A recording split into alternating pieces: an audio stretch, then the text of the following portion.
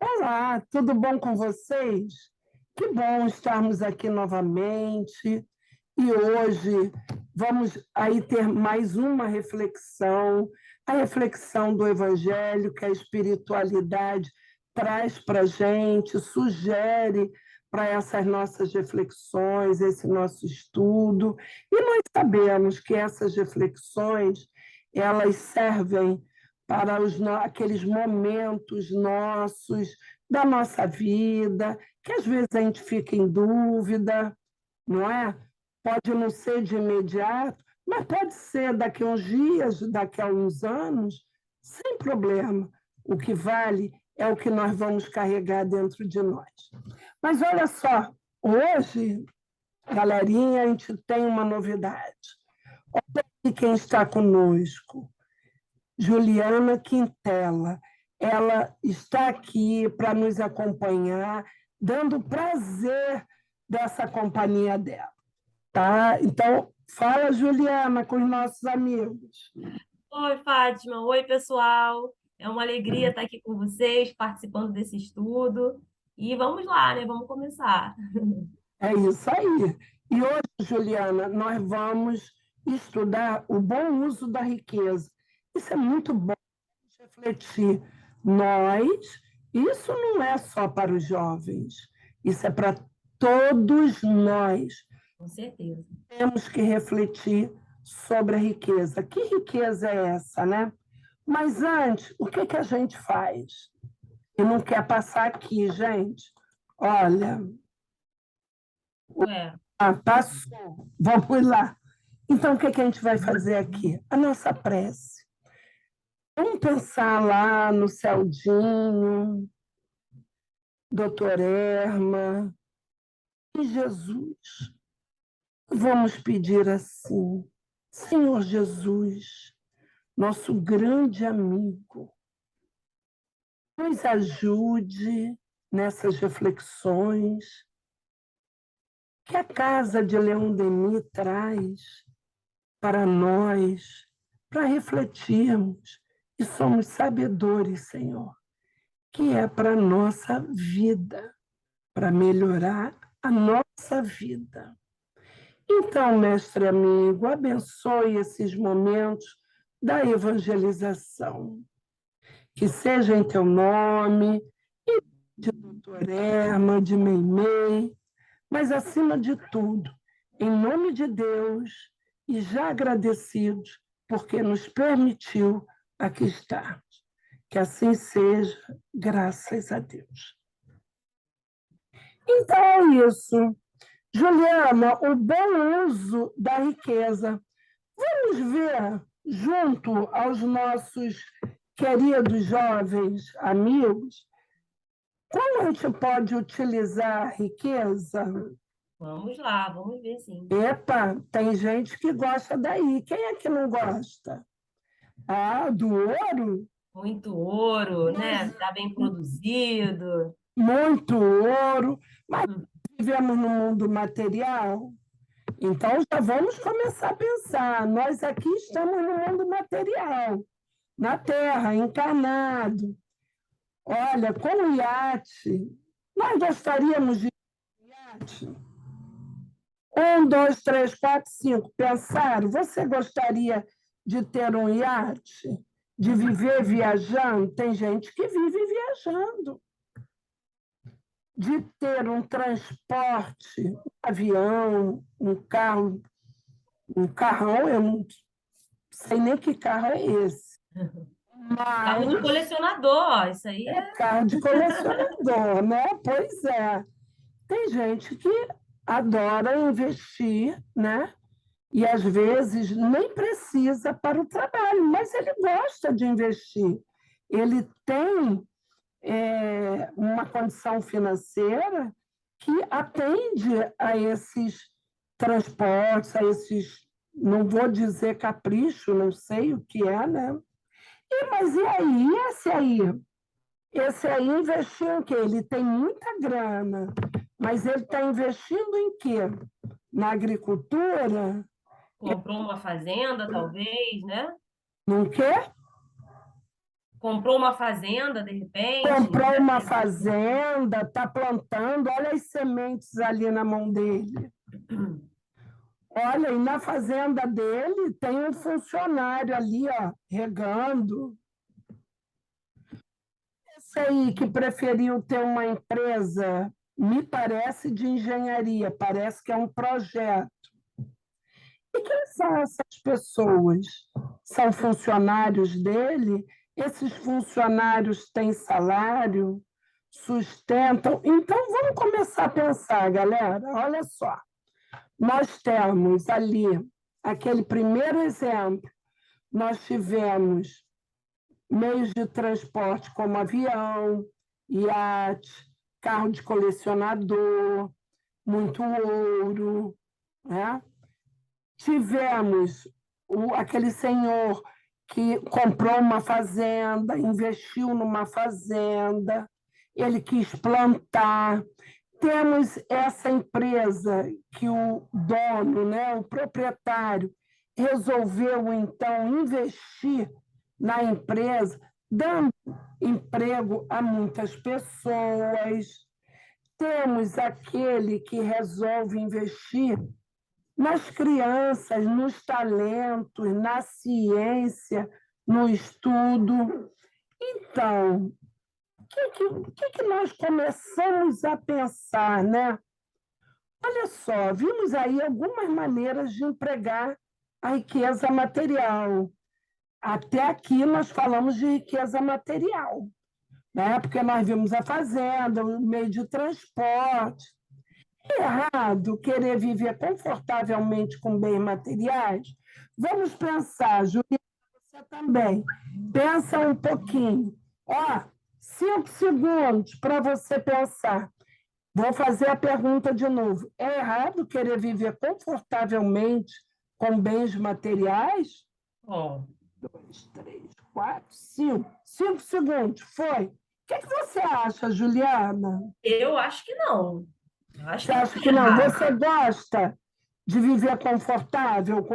Todo mundo gosta um pouquinho de conforto, né? Acho que não tem problema nenhum, né? Querer ter uma coisinha mais assim, uma roupinha legal, né? Um plano de saúde Uma bom?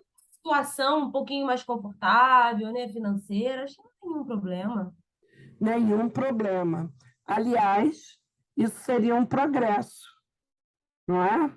É o progresso, mas é onde todos deverão chegar. Exatamente. Todos têm que poder, né, ter esse mínimo de conforto necessário, né, para viver. Mas aqui nós conseguimos, toda a população brasileira consegue isso? Infelizmente, ainda não. Infelizmente, ainda não. Nós não conseguimos. Tem motivos e motivos, é claro, né? Mas antes de nós chegarmos a essa conclusão, que mais tarde, lá no finalzinho do estudo, nós vamos chegar, vamos falar mais sobre isso. Vamos agora ver com a Juliana, ela vai falar para a gente da história do Giovanni de Pietro de Bernardone. Tá bom? Vamos lá, Ju. Vamos lá. Bom, Giovanni Pietro de Bernardone, né, embora vocês talvez não tenham ouvido falar nesse nome, vocês devem te conhecer, de repente já ouviram falar, porque ele era mais conhecido como Francisco de Assis, e foi um frade católico lá da Itália. Francisco era um rapaz que tinha tudo na vida, tudo mesmo, materialmente falando, né? Roupa, dinheiro, terras, tudo. Ele era de uma família rica, mas não tinha uma devoção a Deus. Era uma pessoa que só queria saber de festas, farras, banquetes. Ele trabalhava com o pai dele na loja de tecidos, mas só servia para aumentar a riqueza do seu pai. Foi quando Assis teve que enfrentar uma batalha, né, onde ele vivia, né, teve que enfrentar uma batalha contra a Perugia, e aí Francisco participou dessa batalha, ele foi para a guerra. Mas Assis perdeu, e Francisco e seus companheiros foram presos e passaram quase um ano aprisionados. Nesse momento em que ele estava lá e que ele ficou preso, depois ele voltou para casa já adoentado, e mal tinha se recuperado, o pai dele mandou ele para as cruzadas. Enquanto eles estavam lá preparados, parados para acampar, Francisco começou o quê? A repensar seus erros, a vida que ele levava, né? Toda essa situação mesmo que ele enfrentou aí na guerra fez com que ele refletisse, né? E resolvesse mudar de vida. Então, o que ele fez? Ele entregou a armadura a um companheiro e galopou de volta. E aí, no caminho, Francisco parou na capela de São Damião, que estava em ruínas. A capela estava lá bem ruinzinha. Foi quando um chamado que vinha da cruz lhe disse: Francisco, não vê que minha casa está em ruínas? Vá, repara para mim. Então ele teve essa intuição, né? Ele recebeu esse chamado de que ele precisava usar aquela riqueza dele de alguma outra forma. Depois disso, a vida de Francisco mudou completamente. Despiu-se completamente de tudo que tinha, inclusive das roupas, na frente da cidade inteira, vestiu uma túnica e passou a viver com os pobres, leprosos, excluídos do povo, como um deles. Resolveu casar-se com a dama pobreza. Desejava ser como Cristo, que viveu pobre toda a sua vida. No começo, seus colegas começaram a caçoar e a reprovar suas atitudes. Até porque imagina a situação, né? De repente você muda a sua vida da água para o vinho. Vamos lá. Mais tarde vieram a segui-lo até o fim de suas vidas. Então, essa atitude dele, embora tenha parecido assim muito brusca, fez com que depois os amigos acabassem, nossa, vamos lá, né? Vamos seguir. Ele acabou atraindo, né, os amigos para esse trabalho, para desse novo objetivo de vida dele. Aos que queriam seguir-lhe, Francisco dizia: vá, vende tudo o que tens e dá aos pobres. Não possuas nada consigo, e siga somente ao Pai Eterno e a Jesus Cristo. Logo vieram vários, e seus seguidores, de 12, que eram os primeiros 12 lá, viraram milhares. Entre eles surgiu uma linda dama, chamada Clara, a qual seguiu Francisco e os seus ideais por toda a vida. Francisco, para melhor pregar o evangelho, foi a Roma pedir permissão ao Papa, que, ao final de tudo, lhe concedeu sua bênção. Daí em diante, Francisco e seus companheiros passaram a pregar o Santo Evangelho sem muitas dificuldades quanto à permissão do Santo Padre. Mas alguns dos seguidores de Francisco, que viviam de esmolas assim como ele, começaram a querer ditar novas regras. Queriam que a ordem tivesse novas regras, pois muitos deles vinham de universidades e queriam prosseguir com seus estudos. Francisco, então, resolveu renunciar ao posto de superior da ordem e o passou a liderança a Elias, um de seus seguidores. Logo após esse acontecimento, Francisco, seguido de Frei Leão, retirou-se para o Monte Alverne, do qual passou 40 dias jejuando e orando. Então, assim, Francisco teve uma vida em que, em determinado momento, ele muda totalmente, né? Assim, ele dá uma guinada na vida dele, né? Então, a gente tem aí, né? Para a gente poder entender melhor essa história. O nosso primeiro questionamento, né? Qual era a situação financeira de Francisco de Assis? Vocês Ele lembram lá do início da vivia, história? se fosse hoje em dia, ele vivia na balada, né? Vivia na noite, Isso mesmo, isso mesmo. né? Só queria curtir Pela a zona vida. sul do Rio de Janeiro, É verdade. surfando. Nada contra o surf, Mas ele mas só queria curtir, eu né? E só nada contra as queria festas, curtir. nada disso, né? Só que era a única coisa que ele tinha na cabeça dele. Vamos lá, ele tinha É, uma situação financeira boa, o pai tinha uma situação boa, então por que não, né? Eu vou viver curtindo a minha vida. Era o pensamento dele na época. E aí, olha o que acontece. Imagina, né? Você está ali nessa situação, você tem os teus amigos, que normalmente, né? Quem são os nossos amigos? São aquelas pessoas que estão ali junto da gente, que pensam mais ou menos parecido com a gente. E aí, como que os seus colegas o trataram depois da sua decisão? Opa, como é que foi? O que aconteceu aí? Primeiro eles, peraí, Francisco tá estranho. Tem alguma coisa diferente aí, que esse negócio, não sei não. Essa história de vai, entrega tudo que tem, vai viver outra vida. Mas depois, o exemplo, e aí a importância, né, da gente ter sempre bons exemplos, né, fez com que os amigos mesmo, aqueles amigos que eram os amigos verdadeiros, entendessem a real missão e a real vocação da vida dele e o acompanhassem, né? E aí a terceira pergunta que também é importante, ele usou da sua condição para satisfação pessoal? Que condição era essa? Então a gente pode responder, acho que a gente pode responder essa pergunta de duas formas, né? Né, Fátima? O que você acha? sim, Sim, De e início, acho que ele usava. ele usava a condição financeira que o pai oferecia, né? Mas depois ele acabou. A condição moral, né? Depois Uhum, que ele fez essa transformação, ele utilizou a condição moral dele para essa satisfação dele. uhum. Deixa de ser pessoal, ele estava no trabalho a Jesus. Sim. E que, de certa Uma forma, né, até satisfação. passou a satisfazer ele pessoalmente também, né? Porque a partir do momento que ele Exatamente, entendeu aquilo ali, né, o exatamente. foco dele o objetivo de satisfação pessoal dele também mudou, né? Mudou. Né? Um passou a ser outro, né? Exatamente. E aí?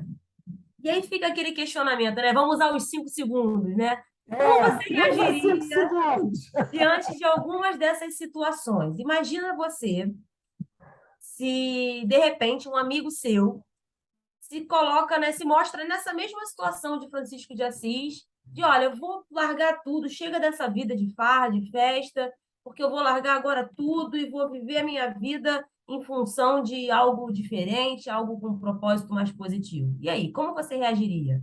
Vamos lá. 5 segundos, né, para vocês. Contagem regressiva lá, de um lado e do outro aqui. E aí? Será que a gente ia entender bem um amigo nosso se fizesse isso? Será que a gente ia seguir o amigo? A gente ia achar que ele estava ficando muito fanático, né? Vamos pensar um A gente se pouquinho. assusta, né? Hoje Uhum, a gente uhum. se assusta, se admira. Sim, sim. Acima de tudo, nós precisamos ter o quê com o outro? Respeitar As escolhas, né? as escolhas de cada um. Exatamente. Deu para cada um de nós o livre-arbítrio. Se o Pai, que é o Pai, o Criador de tudo, de todos nós, ele nos dá o livre-arbítrio com muito respeito, o que, que nós precisamos aprender com isso?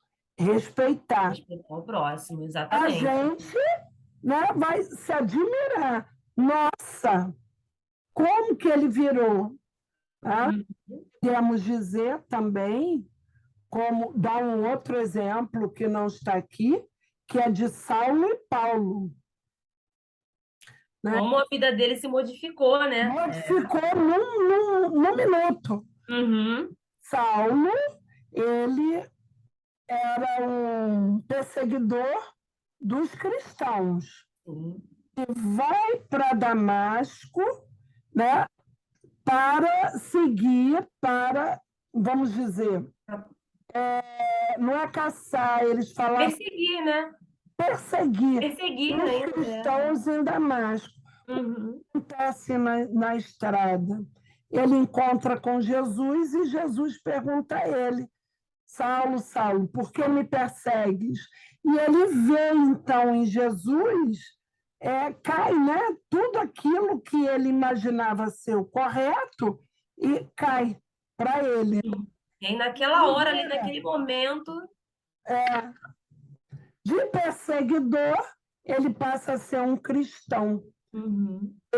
perseguido. E cristão, assim, super atuante, divulgador, né? Mesmo do Divulgador. cristianismo, Ele né? foi um dos Exatamente. apóstolos, né? Foi o apóstolo depois, porque Jesus pede a ele para que ele fosse divulgar o Sim. evangelho, e dali ele foi. Então, quem perseguia e seguindo para uma batalha, ele muda. Então, tem como mudar, né? Olha o livre-arbítrio aí de cada um, Com certeza né? tem. Então, fica aí para cada um, não é, Juliana? Como Sim. agiríamos se nós tivéssemos um amigo nessa situação? Fica para nossa reflexão, né? Isso. Aí a gente também pode pensar o seguinte, né? Ah, mas eu não sou rico, né?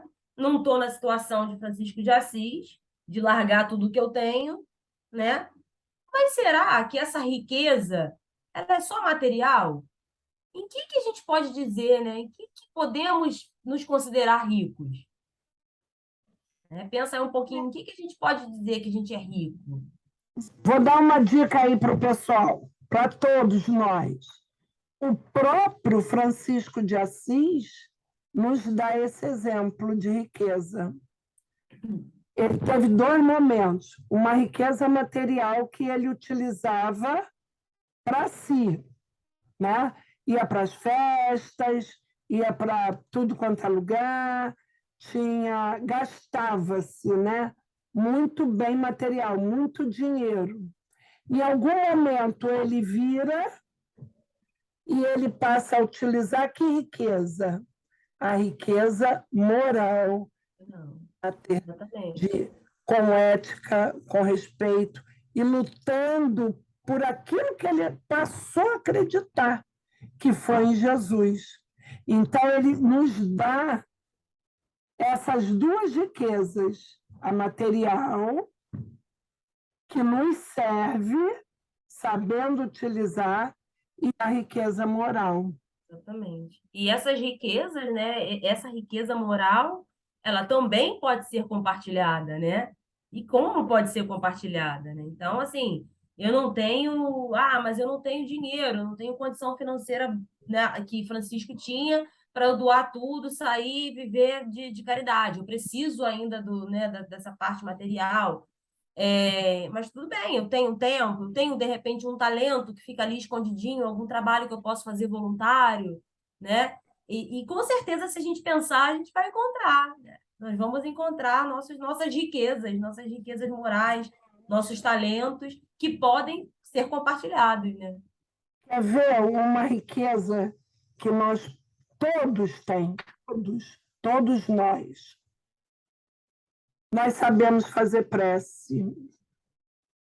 Aí alguém pode falar assim: eu não sei fazer prece, sabe? Sabe? Jesus conversa com ele. Não tem fórmula para Não fazer tem prece, fórmula, né? É não o teu tem coração. receita. Às vezes um momento em que você conecta o teu pensamento a Jesus, numa Pronto. frase simples, você pede por alguém, aquilo ali é uma prece muito mais valiosa, às vezes, do que um monte de palavra bonita e que É uma não sai do teu riqueza, coração, né? é uma riqueza. É uma riqueza, com certeza. E chegamos à conclusão. Vai, Ju. Vamos lá. Bom, vou ler o que está aqui e aí a gente vai conversando em cima da leitura. O mau uso da riqueza ocorre quando ela é usada somente em proveito próprio, e o bom uso quando se exerce a caridade. Aí estaremos usando a riqueza para nosso aperfeiçoamento moral, pois é para isso que reencarnamos na Terra. Então nós encarnamos para o progresso. Então é isso. Bacana. E quando eu uso a riqueza material somente para o proveito meu e da minha família, então isso, vamos dizer, não está certo? Foi isso que ele quis dizer, Juliana? Se a gente usa somente em proveito próprio, o ideal é que a gente, se aquela riqueza parou ali na nossa mão, ela parou por algum motivo. Não foi simplesmente porque eu fui um privilegiado de Deus e Deus agora me deixou rico e agora eu vou só curtir porque Deus quis. Não é por aí. Se a riqueza está ali na nossa mão, a gente precisa fazer algum bom uso dela, né? E aí a gente viu lá na frente, né, alguns exemplos. Se eu tenho muito dinheiro e eu resolvo abrir uma empresa, né? Então, qual é a minha responsabilidade enquanto dono dessa empresa? Tratar bem meus funcionários, né? Dar condições de vida dignas para cada um deles, né? Ou então, se eu ganhei um dinheiro extra, né? Por algum motivo, ou alguma herança, o que eu vou fazer com esse dinheiro extra? Eu preciso deixar ele todo ali guardadinho, esconder debaixo do meu colchão dentro de casa? Será que eu não tenho ninguém que eu possa, de repente, dar uma parte desse dinheiro, ajudar? Alguma instituição que eu possa contribuir, né? Então, o problema não é o uso da riqueza, o problema é como a gente vai usar. Eu até posso, claro, utilizar ela, de certa forma, para proveito próprio, né? Para o meu conforto, para o conforto da minha família, mas desde que eu também consiga equilibrar isso, né? E tornar essa riqueza mais compartilhar, né, de alguma forma, essa riqueza. Bacana. Então, pelo que você falou aí, e que nós estamos entendendo aqui, Juliana, Deus é quem coloca essa riqueza em nossas mãos. E o que Sem dúvida. era de cada um de nós é que a gente utilize de uma forma correta. E que forma correta é essa? É utilizar a favor de várias pessoas, ou de uma população, ou de uma comunidade, enfim, que a gente utilize não só em uso próprio, é isso mesmo. Isso mesmo, isso mesmo. Tá ótimo, então. E se eu não tenho essa riqueza, né, material tão grande assim, que eu consiga compartilhar a minha riqueza espiritual, né, a minha riqueza moral. Todos temos, então, Juliana, todos, seja quem for, tem uma riqueza recebida por Deus. Sim, sem dúvida, temos. Nós temos essa outra riqueza, a riqueza espiritual, que é um sorriso. Dá um sorriso para alguém que está triste, um consolo, fazer uma prece.